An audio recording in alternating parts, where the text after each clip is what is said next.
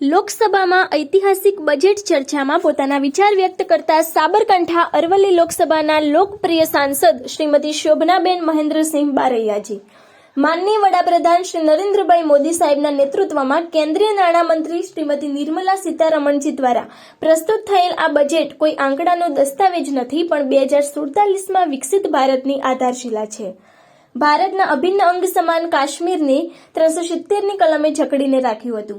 દેશના બાહોશ ગૃહપ્રધાન શ્રી અમિતભાઈ શાહ સાહેબે 370ની કલમ દૂર કરી કાશ્મીરને આઝાદી અપાવી છે। આ અંગેની વધુ વિગતો માટે જોતા રહો ભારત ટાઈમ્સ ન્યૂઝ। अब मैं विशेष रूप से गुजरात की बात करना चाहूंगी, जो आज देश के विकास इंजन के रूप में उभर चुका है। इस बजट में गिफ्ट सिटी के विस्तार के लिए लगभग 10,000 करोड़ रुपए, सेमीकंडक्टर और इलेक्ट्रॉनिक्स मैन्युफैक्चरिंग के लिए विशेष पैकेज, औद्योगिक कॉरिडोर, लॉजिस्टिक नेटवर्क, नवीनीकरण ऊर्जा और पोर्ट आधारित विकास के लिए बड़े प्रावधान किए गए हैं। इससे गुजरात ही नहीं पूरे पश्चिमी भारत में निवेश, रोजगार और निर्यात को नई ऊंचाइयां मिलेगी। यही गुजरात मॉडल माननीय प्रधानमंत्री श्री नरेंद्र मोदी जी के नेतृत्व में आत्मनिर्भर भारत से विश्व गुरु भारत की यात्रा को गति दे रहा है।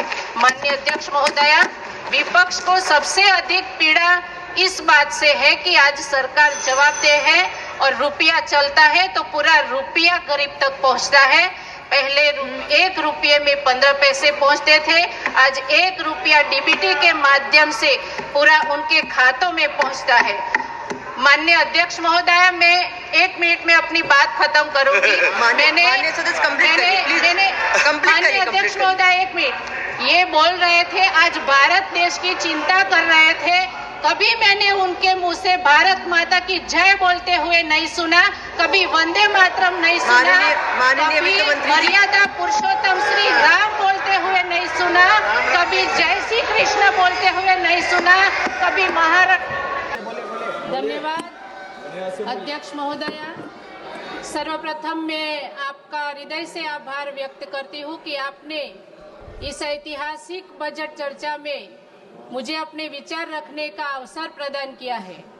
महोदया, मैं एक महिला हूँ और आज मुझे गर्व हो रहा है कि हमारी वित्त मंत्री जो कि महिला है, उन्होंने केंद्रीय बजट पारित किया है और लगातार 9वीं बार उन्होंने बजट पारित किया है। मुझे गर्व हो रहा है। माननीय महोदया, मैं आभार व्यक्त करती हूँ हमारे यशस्वी वड़ा प्रधान श्री नरेंद्र मोदी जी का भी, और अभिनंदन भी करती हूँ जिनके दूरदर्शी नेतृत्व में सबका साथ, सबका विकास, सबका विश्वास और सबका प्रयास आज नए भारत का संकल्प बन चुका है। यह बजट केवल आंकड़ों का दस्तावेज नहीं, बल्कि विकसित भारत 2047 की ठोस आधारशिला है। माननीय अध्यक्ष महोदया, आज यह सदन 2 विचारधाराओं को देख रहा है। एक और विपक्ष है जिनकी राजनीति भ्रम, परिवारवाद और आरोपों तक सीमित है।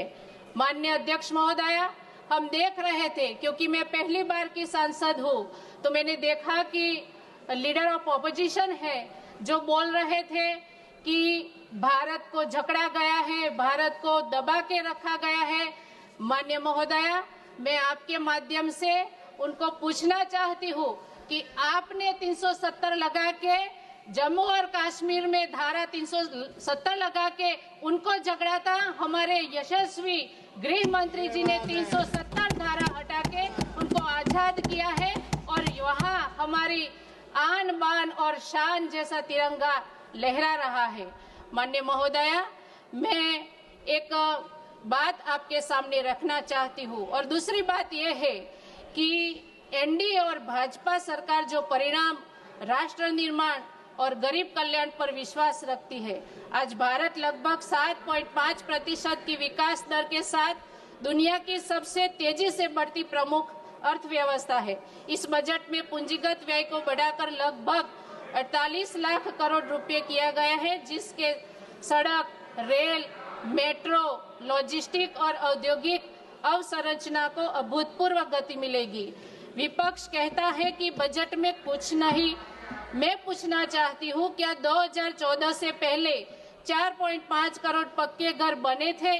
मैं पूछती हूँ कि 15 करोड़ घरों में नल से जल पहुंचा था? क्या 55 करोड़ नागरिकों को 5 लाख रुपए तक का मुफ्त इलाज मिला था? सब जानते हैं इसका जवाब कि नहीं मिला था। लेकिन पहले योजनाओं कागजों में रहती थी और दलाल जमीन पर थे। आज योजना भी है, परिणाम भी है। ये आंकड़े नहीं, एनडीए शासन की संवेदनशीलता का प्रमाण है। जल जीवन मिशन के लिए 70,000 करोड़ और आयुष्मान भारत के लिए 90,000 करोड़ रुपए का प्रावधान है, ताकि स्वास्थ्य और स्वच्छ जल हर नागरिक का अधिकार बने। किसानों के लिए प्रधानमंत्री किसान सम्मान निधि के अंतर्गत अब तक लगभग 3.7 लाख करोड़ रुपए सीधे खातों में पहुंचे हैं और इस बजट में इसके लिए 75,000 करोड़ रुपए का प्रावधान किया गया है। पहले किसान खबरों में आत्महत्या के लिए जाना जाता था, आज किसान सीधे खातों में सम्मान पा रहा है। इसी संदर्भ में मैं अध्यक्ष महोदया कहना चाहूंगी कि विपक्ष के वादे हवा में उड़ जाते थे और मोदी के फैसले जमीन पर उतर आते हैं। महिला सशक्तिकरण की अगर मैं बात करूं तो ये महिला सशक्तिकरण के लिए भी ऐतिहासिक बजट है।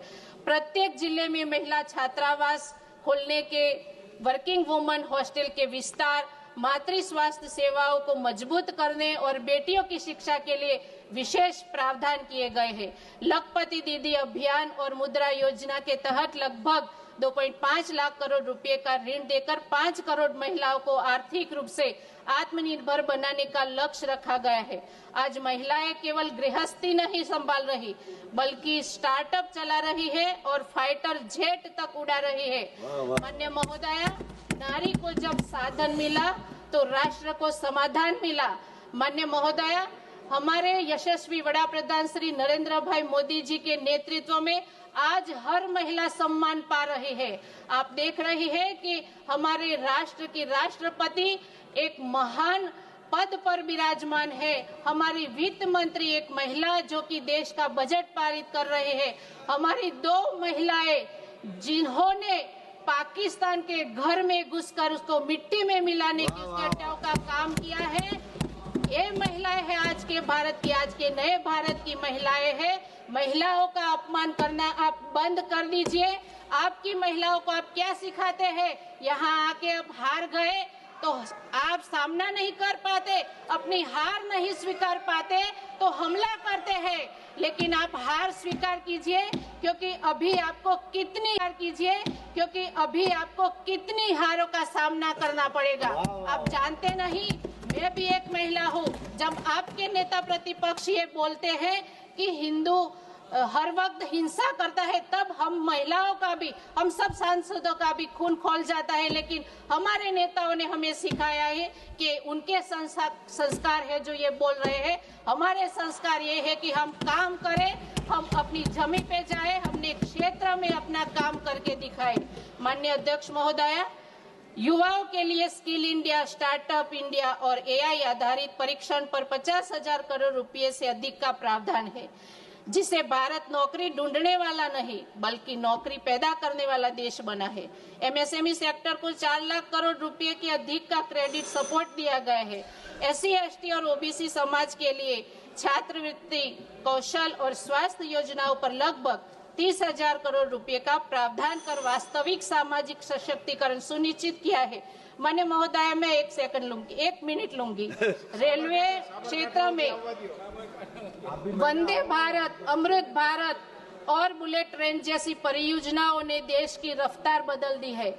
2014 की तुलना में रेलवे बजट लगभग 9 गुना बढ़ा है, जिससे आम नागरिक को सुरक्षित और आधुनिक यात्रा मिल रही है। अब मैं विशेष रूप से गुजरात की बात करना चाहूंगी, जो आज देश के विकास इंजन के रूप में उभर चुका है। इस बजट में गिफ्ट सिटी के विस्तार के लिए लगभग 10,000 करोड़ रुपए, सेमीकंडक्टर और इलेक्ट्रॉनिक्स मैन्युफैक्चरिंग के लिए विशेष पैकेज, औद्योगिक कॉरिडोर, लॉजिस्टिक नेटवर्क, नवीनीकरण ऊर्जा और पोर्ट आधारित विकास के लिए बड़े प्रावधान किए गए हैं। इससे गुजरात ही नहीं, पूरे पश्चिमी भारत में निवेश, रोजगार और निर्यात को नई ऊंचाइयां मिलेगी। यही गुजरात मॉडल माननीय प्रधानमंत्री श्री नरेंद्र मोदी जी के नेतृत्व में आत्मनिर्भर भारत से विश्व गुरु भारत की यात्रा को गति दे रहा है। माननीय अध्यक्ष महोदया, विपक्ष को सबसे अधिक पीड़ा इस बात से है कि आज सरकार जवाबदेह है और रुपया चलता है तो पूरा रुपया गरीब तक पहुंचता है। पहले 1 रुपये में 15 पैसे पहुंचते थे, आज 1 रुपया डीबीटी के माध्यम से पूरा उनके खातों में पहुंचता है। माननीय अध्यक्ष महोदय, मैं 1 मिनट में अपनी बात खत्म करूंगी। माननीय अध्यक्ष महोदय, 1 मिनट, ये बोल रहे थे आज भारत देश की चिंता कर रहे थे। कभी मैंने उनके मुंह से भारत माता की जय बोलते हुए नहीं सुना, कभी वंदे मातरम नहीं सुना, कभी मर्यादा पुरुषोत्तम श्री राम बोलते हुए नहीं सुना, कभी जय श्री कृष्ण बोलते हुए नहीं सुना, कभी महाराष्ट्र